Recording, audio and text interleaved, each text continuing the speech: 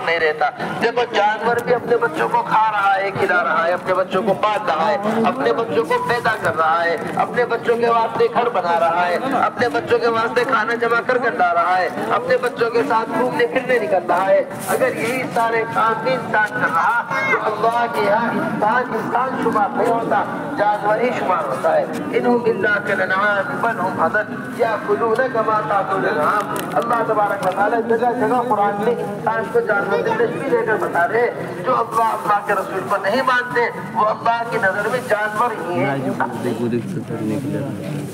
اس واسطے بڑی اہمیت ہونی چاہیے علم کی, اور علم کی بڑی بنیاد نہ تو جائے گا دونوں قسم کا علم ہو, ایک فضائل کا علم ہے, ایک مسائل کا علم ہے. فضائل کا علم تعلیم کے حق سے ملے گا, جس طرح اپنے آپ حضرات کو بتایا علماء کے حلقوں سے تعلیموں کے ذریعے سے وہ علماء کے حلقوں سے مسائل کے علم ہمیں ملے گا. ہمیں فضائل کے علم کے واسطے صبح شام تعلیم, دو قسم کی تعلیم ہے, ایک اپنے مقام پر تعلیم ہے, ایک اللہ کے راستے میں نکل کر تعلیم ہے. اللہ کے راستے میں نکل کر صبح شام کی تعلیم بہت اہتمام کے ساتھ کرنی ہے. صبح کی تعلیم اللہ کے راستے میں نکل کر 4 گھنٹے ہوگی, شام اللہ کے راستے میں نکل کر مجموعی تعلیم 4 گھنٹے ہوگی, صبح کو 2.5 گھنٹے تعلیم ہوگی, شام کو 1.5 گھنٹہ تعلیم ہوگی. صبح کی تعلیم میں منتخب احادیث پڑھی جائے گی, شام کی تعلیم میں فضائل اعمال, فضائل صدقات پڑھی جائے گی. میرے محترم دوستو سمجھ کے جاؤ تعلیم ہوتی کیوں ہے بھائی. میں نے منتخب احادیث پڑھی ہوئی ہے, پھر مجھے کیا ضرورت اللہ کے راستے میں منتخب احادیث پڑھنے کی.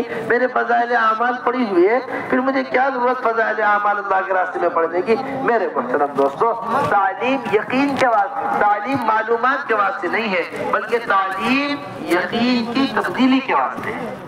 تعلیم اس کے واسطے ہے سبب کے مقابلے میں عمل ہمارے سامنے ہو, ہمارے سامنے سبب کا تذکرہ نہ ہو, ہمارے سامنے عمل کا تذکرہ ہو. حضرات صحابہ رضی اللہ مجمعین کی زندگی میں سبب کے تذکرے نہیں ہوا کرتے تھے, حضرات صحابہ رضی اللہ مجمعین کی مبارک زندگی میں عمل کے تذکرے ہوا.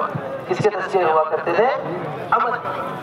ہمارے یہاں صبح سے لے کے شام تک سبب ہی سبب, دکان ہی دکان, کھیت ہی کھیت. علی بن ابی طالب رضی اللہ تعالیٰ عنہ نے 6 درہم صدقہ کیے. 6 درہم صدقہ کر کر اب وضو کرنے کے واسطے اٹھے, دیکھا ایک آدمی اونٹ بیچ رہا ہے. بھئی یہ اونٹ تم کتنے کا بیچ رہے؟ یہ اونٹ میں 100 درہم کا بیچ رہا ہوں. علی رضی اللہ تعالیٰ نے فرمایا ہم نے تمہارے سے اونٹ خرید لیا. وضو کر کے واپس آئے, ایک آدمی اور اونٹ کے پاس کھڑا ہوا, یہ اونٹ کس کا ہے؟ علی بن ابی طالب رضی اللہ تعالیٰ نے کہا یہ اونٹ ہمارا ہے. کتنے کا بیچیں گے آپ اسے؟ ہم اسے 160 درہم کا بیچیں گے. 100 درہم کا خریدا تھا, 160 درہم کا بیچ دیا. اب یہ 60 درہم گھر میں لے کر داخل ہوئے, نہ اونٹ خریدنے کا تذکرہ کیا, نہ اونٹ بیچنے کا تذکرہ کیا, بلکہ گھر والوں سے کہا ھذا ما وعدنا اللہ ورسولہ, یہ وہ ہے جس کا وعدہ اللہ کے رسول نے کیا. 6 درہم صدقہ کیے تھے, اللہ نے 60 درہم بدلے میں دے دی.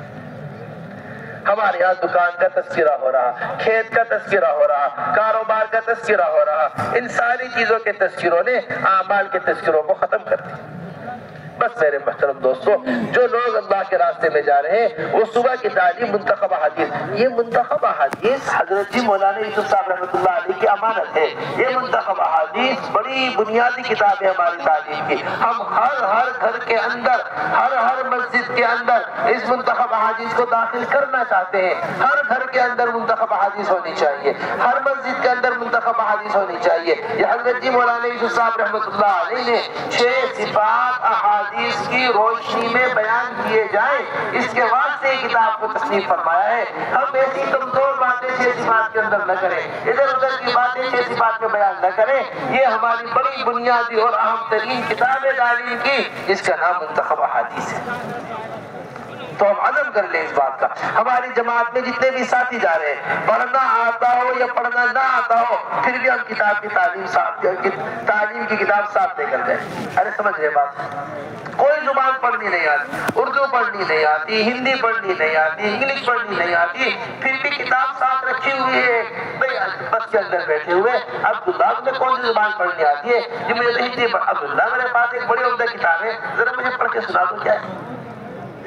ڈاکٹر کا پرچہ ہماری زبان میں نہیں. ہم سمجھنے کی کوشش کرتے ہیں, اللہ کے رسول کی بات کو سمجھنے کی کوشش نہیں کرتے.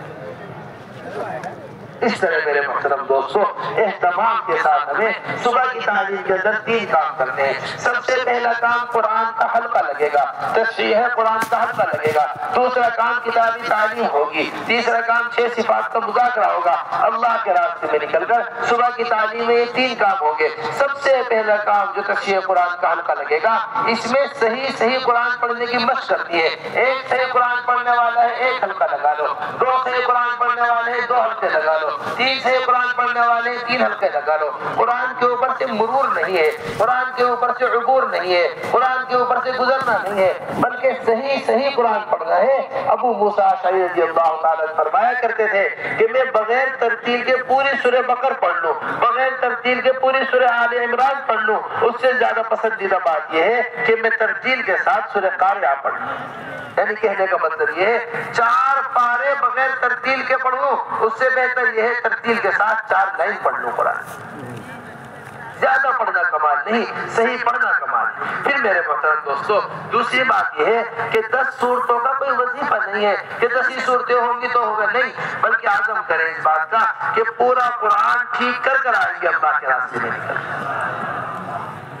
اس طرح ہمیں روزانہ اہتمام سے قرآن کے حلقے لگانے ہیں۔ پھر دوسری کام کتابی تعلیم ہوگی، باوضو ہو کر، 2 زانو ہو کر، اہتمام کے ساتھ، دھیان کے ساتھ تعلیم کو سنا کریں۔ مصباح المحدثین ایک کتاب ہے، اس میں امام مالک علیہ الرحمہ کا عمل نقل کیا ہے کہ جب امام مالک علیہ الرحمہ تعلیم کے واسطے آیا کرتے تھے، غسل فرمایا کرتے تھے، کپڑے بدلا کرتے تھے، عطر لگایا کرتے تھے، داڑھی میں کندھا کیا کرتے تھے، سر کے اوپر عمامہ باندھا کرتے تھے۔ جیسے دلہا تیار ہوتا آتا ہے نکاح کے واسطے، ایسا امام مالک علیہ الرحمہ تعلیم کے واسطے تیار ہوتا ہے۔ لوگ پوچھتے کہاں جا رہے ہیں امام صاحب؟ اللہ کے رسول کا کلام سنا جائے گا، میں اللہ کے رسول کے کلام کو سنانے کے واسطے جا رہا ہوں۔ اتنا ہے، ہمیں اسی بے وضو تعلیم کے اندر بیٹھ جائے۔ پھر میرے محترم دوستو اطمینان کے ساتھ تعلیم، جیسے ابھی آپ نے تعلیم سنی اسی طرح تعلیم کیا کرو۔ یہ عربی عبارت 1 مرتبہ پڑھو، 3 مرتبہ ٹھہر کر اطمینان سے ترجمہ پڑھو، 1 مرتبہ فائدہ پڑھو۔ تعلیم کے دوران کسی قسم کی تقریر نہ ہو، تعلیم کے دوران کسی قسم کا بیان نہ ہو، تعلیم کے وقت میں صرف تعلیم ہو۔ یہ نہیں 2 حدیثیں پڑھی کتاب بند کر کے پھر بیان کرنا شروع کر دیا، 1 حدیث پڑھی اور اس کی تشریح شروع کر دی۔ سارا دن تشریح کرنے کا ہے، سارا دن تقریر کرنے کا ہے، اب جو تعلیم کا وقت ہے اس میں صرف تعلیمی کتاب۔ پھر میرے محترم دوستو اسی کے ساتھ ساتھ تیسرا عمل 6 صفات کے مذاکرے ہوں گے۔ بڑے اہتمام کے ساتھ ہماری نکلنے والی جماعتیں 6 صفات کا مذاکرہ کیا کریں۔ ایمانیات کو بول نہیں، عبادات کو بول نہیں، اخلاق و معاملات کو بول نہیں، یہ